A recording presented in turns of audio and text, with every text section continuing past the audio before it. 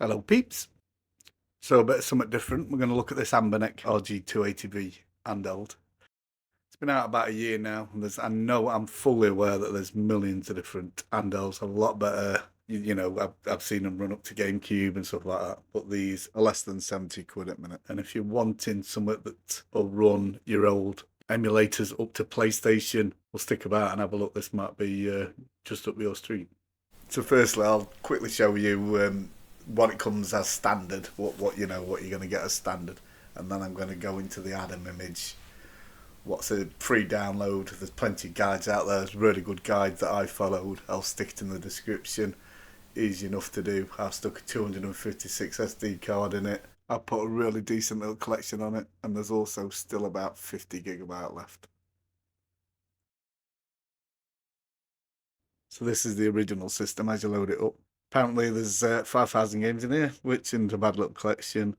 You've got all your standard stuff, your NES, finalburn Alpha, Wonderswan, PC Engine, Game Boys, Gameboy Colour, Gameboy Advance, PlayStation, Megadrive, Master System, all that sort of stuff. Then you've got Open Bore on it, which has literally bloody 2 games, and Mame, which has 1 game, so that was pretty pointless, but still not a bad little collection. So now my biggest gripe with this is this numbering system here on the games. Absolutely pointless. So it makes it nearly impossible to find whatever game you're looking for. Also, there were no Super Mario games on. I'm assuming that's down to a copyright, but the NES is the same. Look, you literally, it takes you ages to find whatever game you're looking for. And here's the open board with all the 2 games in its collection. Now, I loaded the Castlevania game up and it seemed to run fine, but 2 games. Now, the finalburn Alpha didn't have a bad little collection, 357 ROMs. There were a fair few repeats in there, not loads compared to a lot of systems that I've looked at, but it seemed good compatibility as well from standard. I tried a load of games, they all seemed to work better than the 1 game in the main collection. But with these little systems, for me, finalburn Alpha's a lot better than Mame anyway. So it's not got a bad little Game Boy collection on a standard. No stupid numbering system, but there is a bezel when you play the game, so it shrinks the screen quite a lot.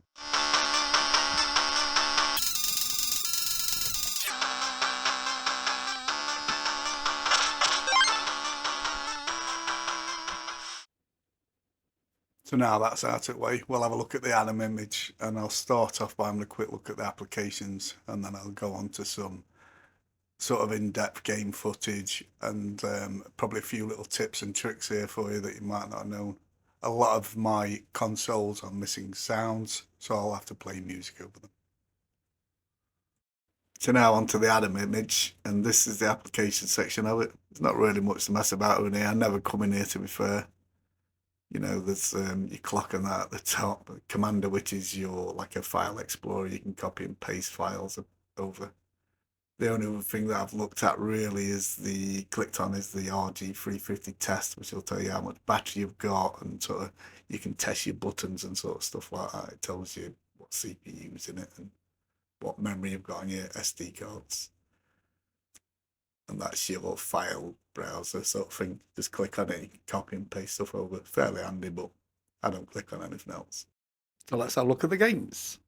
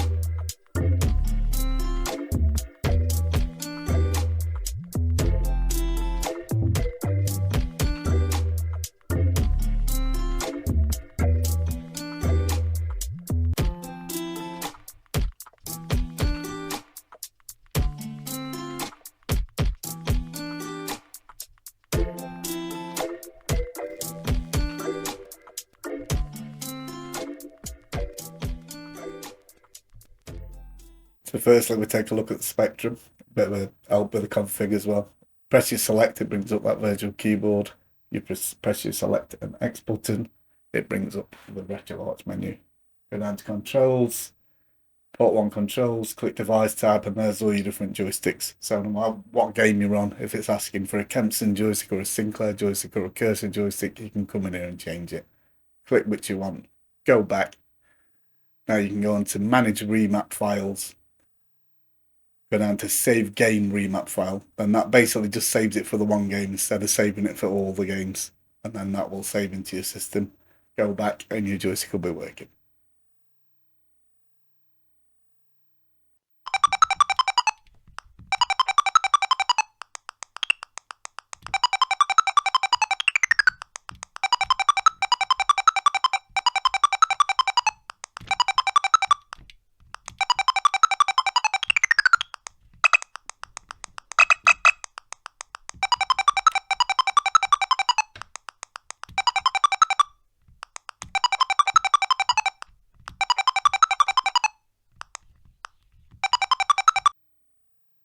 To next Rampage, just a quick tutorial how to use your controls. Press select to bring your virtual keyboard here, and then press C and it will go into change controls.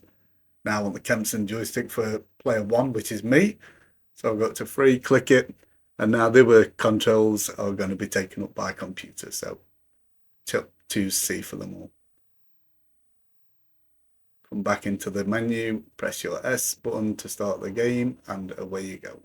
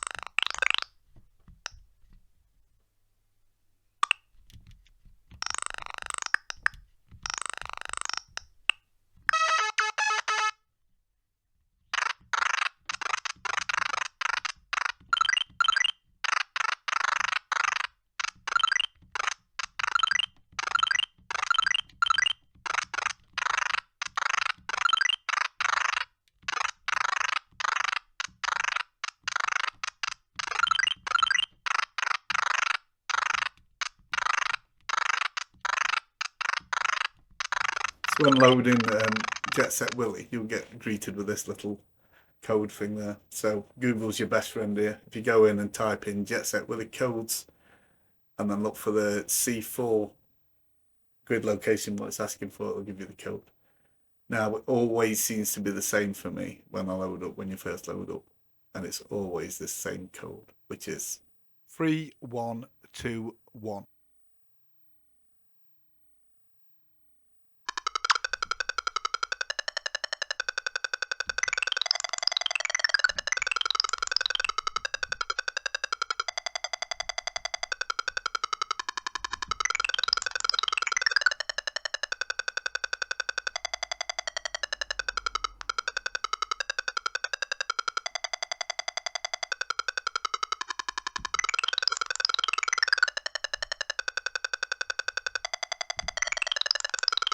So next up, we've got the MSX system, 555 games.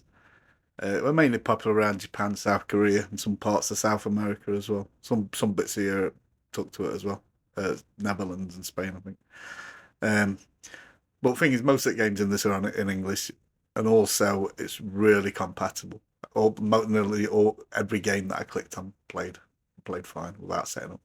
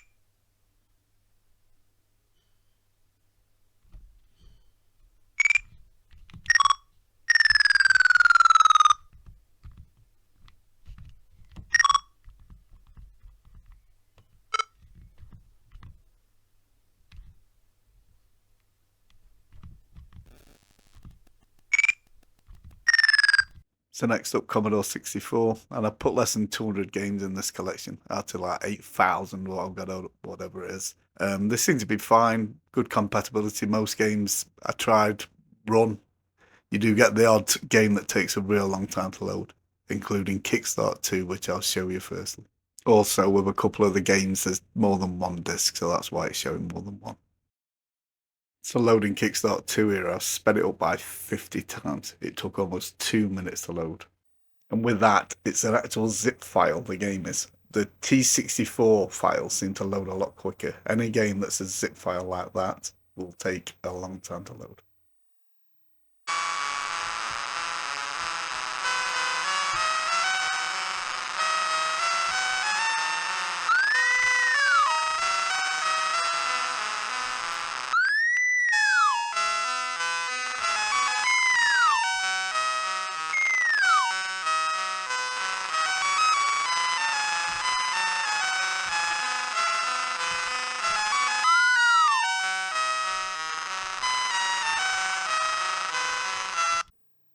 So quick tip for you, if you come into your controls, go down to port 1 controls, and if you map, if you see there, it's the keypad up, which is jump used on the game. So if you map your A button and map it to up, that will make your A button the jump, which makes the games a lot more playable. That works on Spectrum and stuff as well too.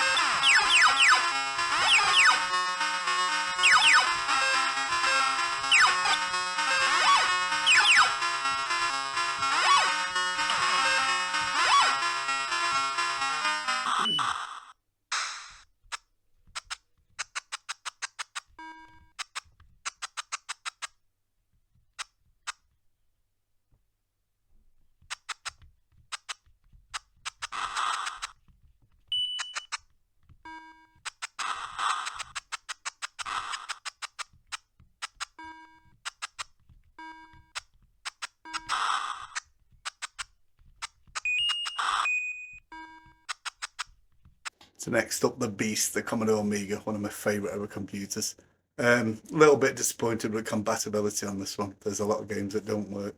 Also, really, I could have done with renaming all the files. If you can see, look, there's the version number. Also, there's no spaces in between, which is a bit shit. And same as with the Commodore 64, I've shrunk the pack down just to a real decent pack of games.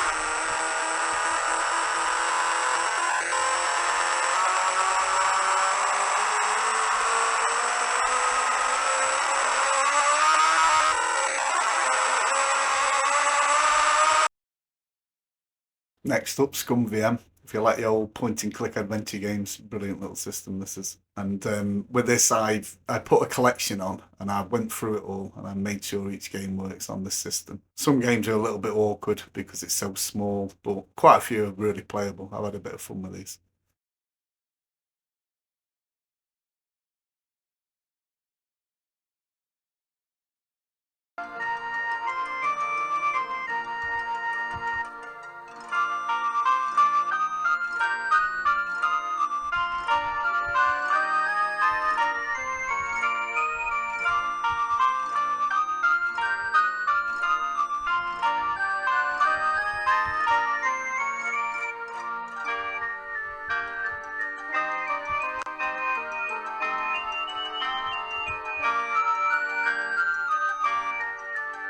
Waste, what you see is what you like. Good day, miss. My name is Larry. Larry Laffer. I'm here as a guest of Stallions, that famous television show. How do you do, sir? My job is to make sure your visit here is everything your heart desires. And less. Of course, her doesn't look as if it's ever used.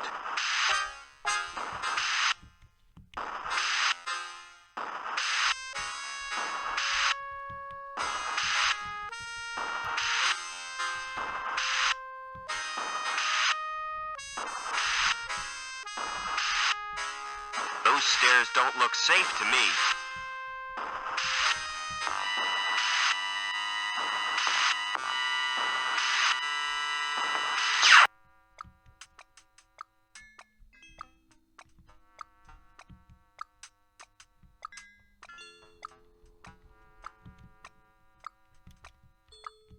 Aha! A secret passage.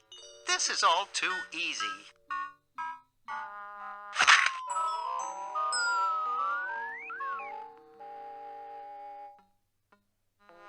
Laverne, how'd you get upstairs?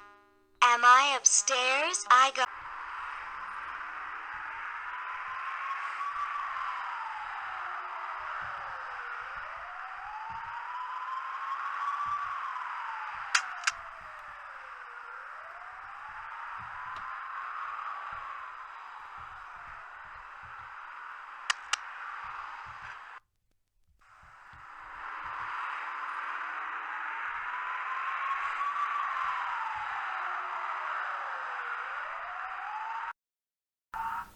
And now we'll take a quick look at Doom. I put 5 of them on. They all run absolutely mint, so you can also put Quake on it and Quake 2, but I haven't bothered with them.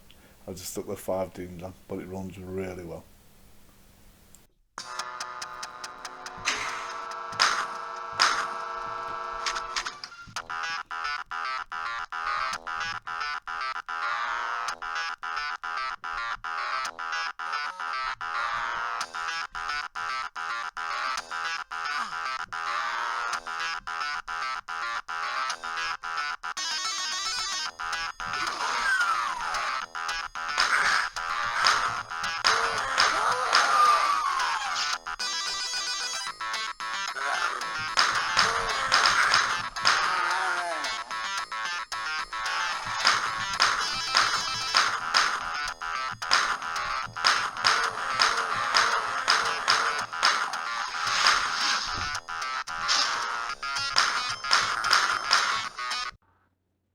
Next up, the shocking Game & Watch is this first Andel's video.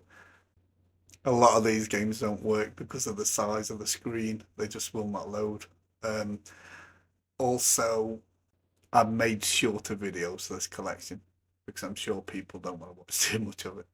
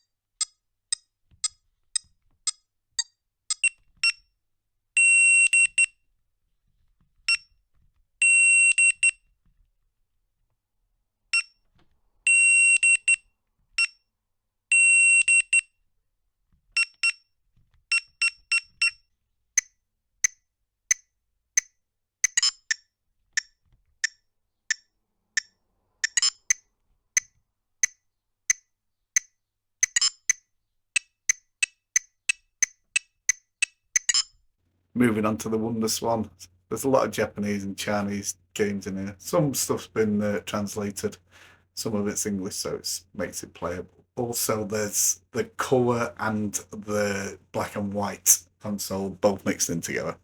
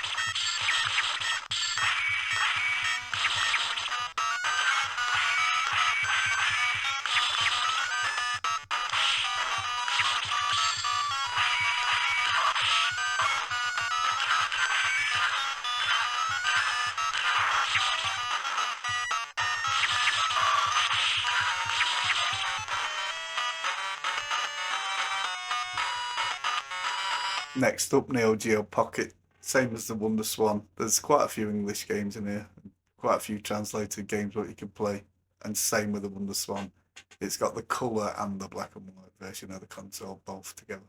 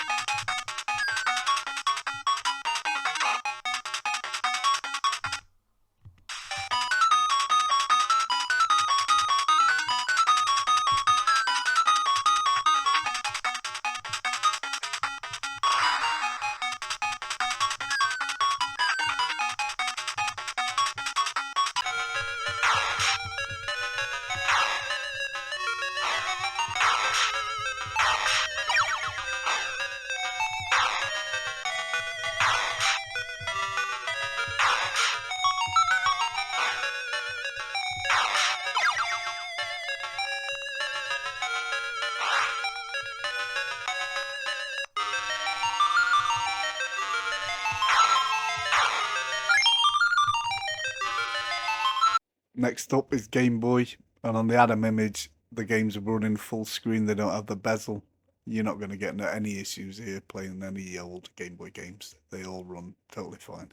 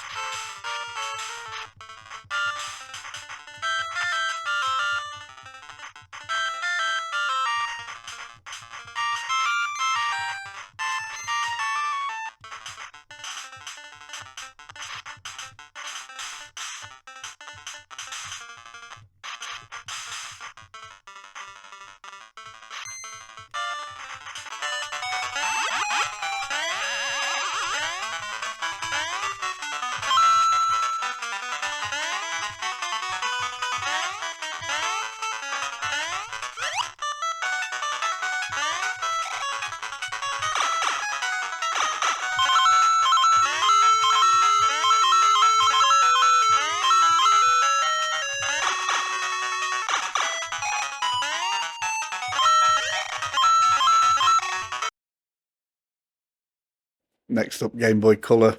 Again, with these, you're not going to get any games that don't run. They all run out totally fine.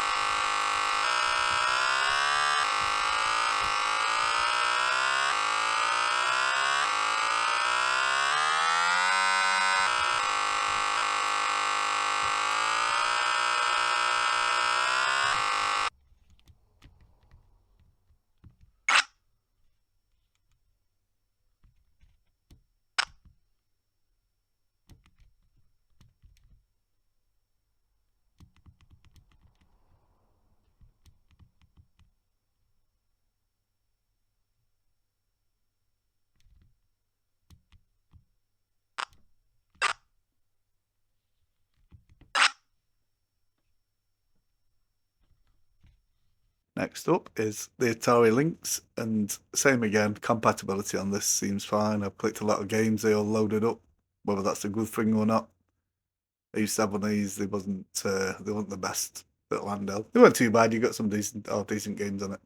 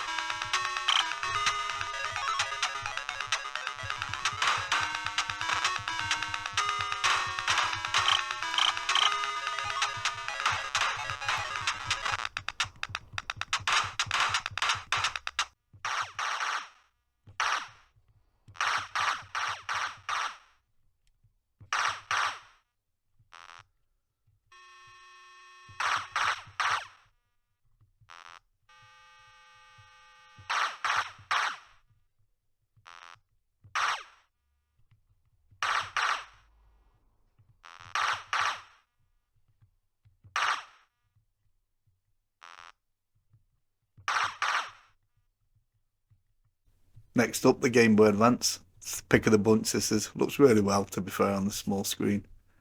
And this is my selection of my favourite games.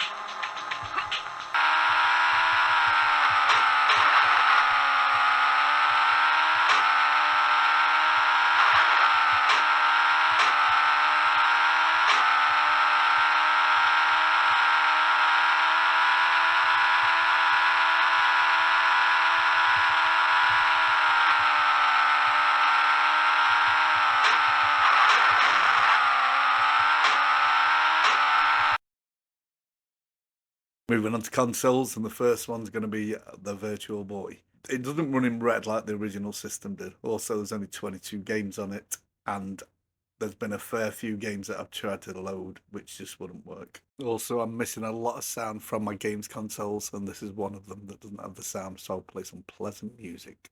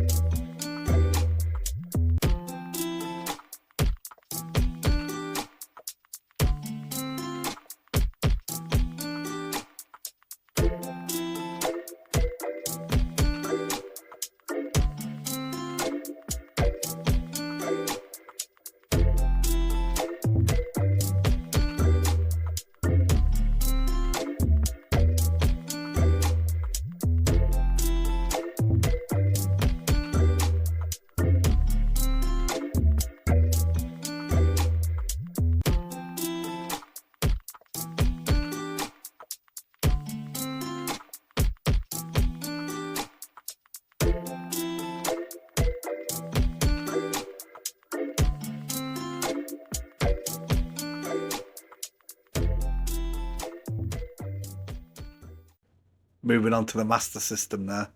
Again, with this, there's no sound. Most of the consoles don't have sound. I literally sat for 5 hours recording stuff. Got cramp, couldn't move, trying to get a good shot. And then when I loaded all the videos up, I was missing a load of sound. And I just couldn't bring myself to do any more recording. It absolutely gutted me, to be fair.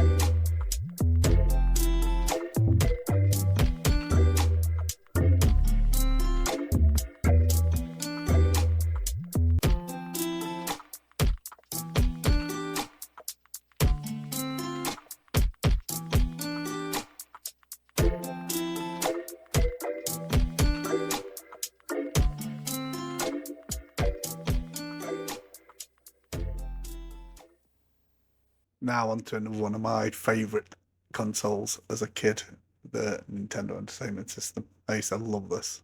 Absolutely hammered it back in the day. Super Mario Bros. 3 was the first game that I ever actually sat and played and completed. We also managed to get the sound back on this collection, so all 5 videos have got the sound.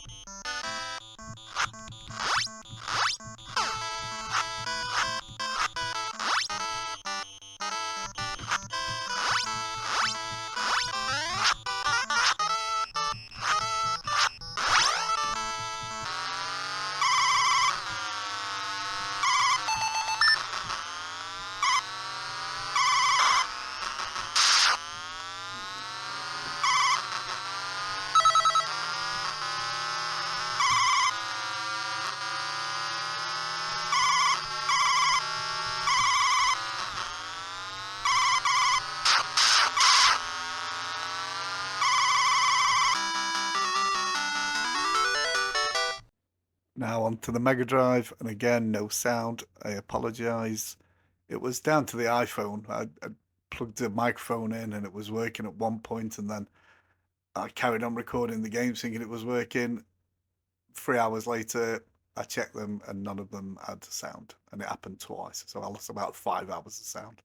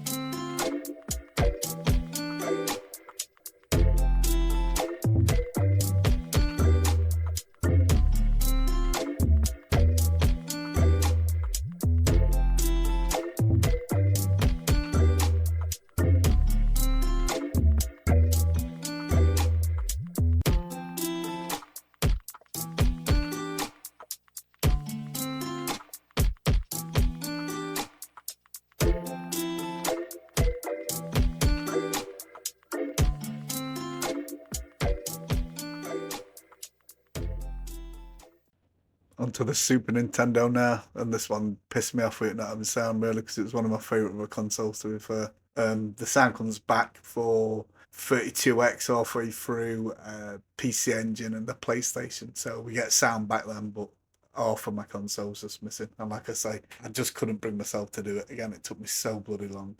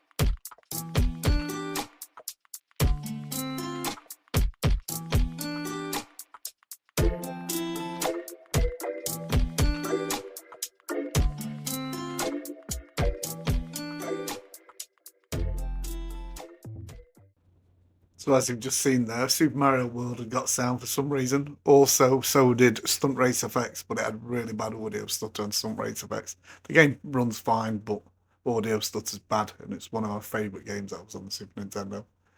Anyway, we're moving on to Sega CD now. Again, no sound on this one, folks.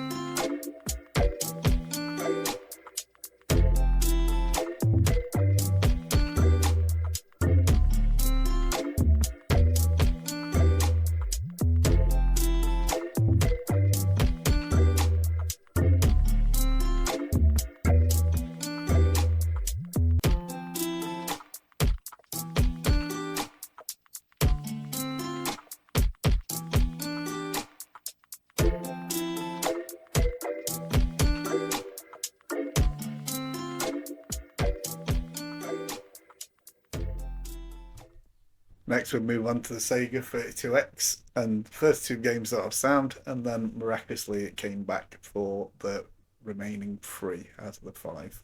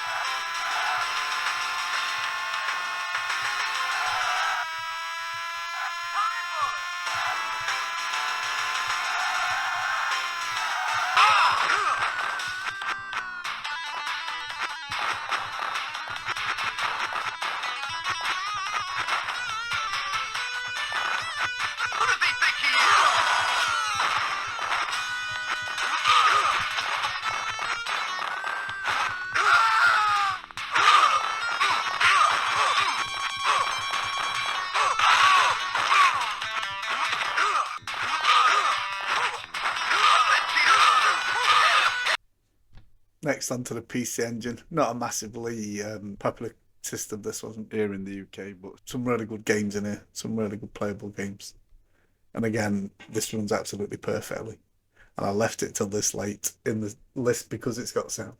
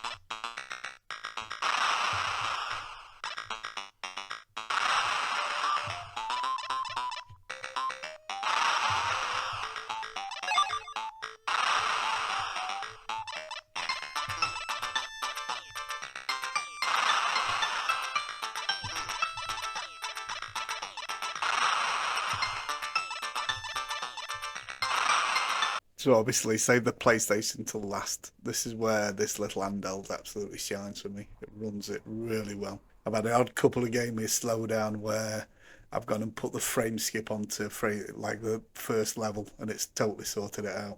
But besides that, a couple of fighting games, but besides that, it's been absolutely perfect. I'll quickly show you a little bit of a configuration first, and also this is my top favourite 15 ever PlayStation games. I've had a Destruction Derby 2 here as well. I was going to put Destruction Derby 1 on, but it just kept bloody crashing. I've had it playing before, so I don't understand why it were doing it. So to get in the PlayStation menu, you actually press the power button on the side, not start and select. You've got these save states there, load state obviously. GPU settings where you can turn your frames per second on and alter a few little bits and bobs that can get it to certain games to run a little bit better. Frame skip, for instance. Like I said, on a couple of fighting games, I put that on. I've never messed about with anything in here. I've never really needed to. PlayStation runs really well on it, so.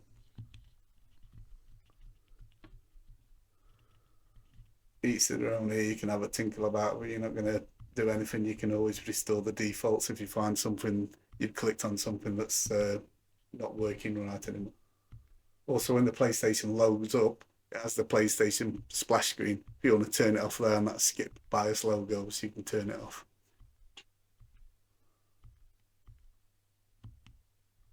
Also, swap CD. Obviously, if you get a game with a couple of CDs on it, you can come in here and just click the other CD if it asks for it.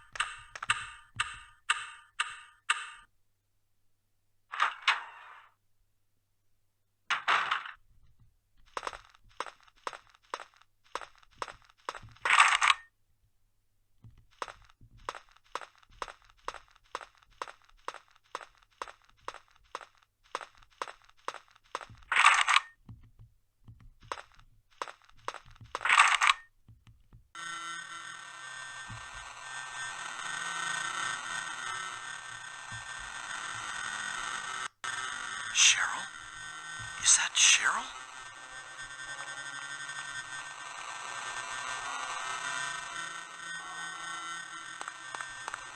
Where are you going? Hey, wait! Stop!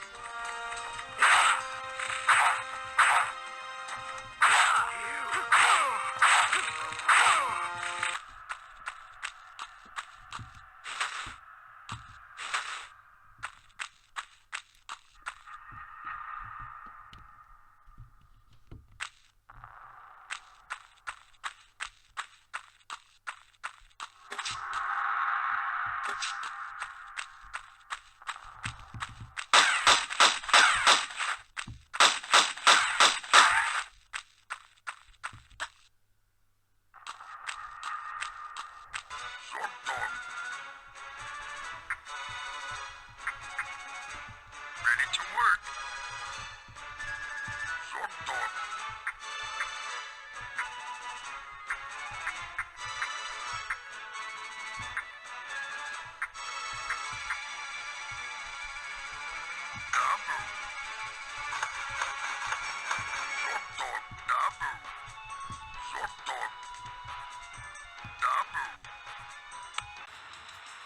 So obviously that's my top 15 games on the PlayStation. I'm not saying that's the best 15 games. They're my favourite 15 games that for me define the PlayStation. All of them are brilliant, absolute classic games. So final verdict, basically, these are under 70 quid a minute on Aliiexpress. You know, and when I ordered mine, it took less than 2 weeks to get here. Also, the guide I followed to install the Adam image was really good. I'll leave a link in the description for it. Really good, really easy. Couple hours, and it were all set up running. And the Adam image, it seems to be like sort of configured for everything. You haven't got to do any messing about. You just plug everything in and it goes. You know, you haven't got to mess about setting the ROMs up. It's really well configured. It's a really, really good little image. For the money, you can't fault them. Even at standard, you know, they're not great. The file system's a bit, you know, it's boring and a bit crappy. And basically, my main gripe was obviously the number system on certain consoles like Super Nintendo and Nintendo. I just don't understand why they put numbers in front of them and not just put them alphabetically. Obviously, if you just wanted one as standard, you could just take the SD card out, put it into your computer, and remove the numbers out of it. And then obviously they'd be put in alphabetical order. I mean, on this one I put a 250 gig SanDisk Extreme Pro in it, which cost about 30-40 quid. So it's still going to be setting you back at less than £100 for the basically the same system as what you see here. There's loads better on Aliiexpress at the minute. There's so many handhelds at the minute. I've seen some on there that are up to running like PlayStation 2 and GameCube for like 160 quid. You know, not fully, but playing quite a few games. But yeah, I'd 100% recommend this. Even still today, with all the other handhelds that are available, I'd still recommend this all day long. It's only about a year old, but great little bit of kit, to be fair. The only gripes I've got with it, to be fair, was the compatibility on Amiga. I don't know if was that to do with ROMs. Also, there's two different emulators for the Amiga, and I've only tried the one because the other one wouldn't load the files. So there may be, if you unzipped them, then they may be running the other one. Maybe something I've got to check. Also, the only other thing for me personally is some games are the screen's just going to be a little bit too small to play them like fully. But if you wanted something cheap, wanting something to chuck at the kids while they're playing up, or if you're away on holiday somewhere and they're playing up and you want to shut them up for 5 minutes so you can have a bit of peace. Also, another thing, like me, I used to work away. I used to spend half my time in hotels, so something like this would have been ideal. And for the money, I really, really can't fault them. I'd still, to this day, think they're a great little piece of kit. Well worth the money.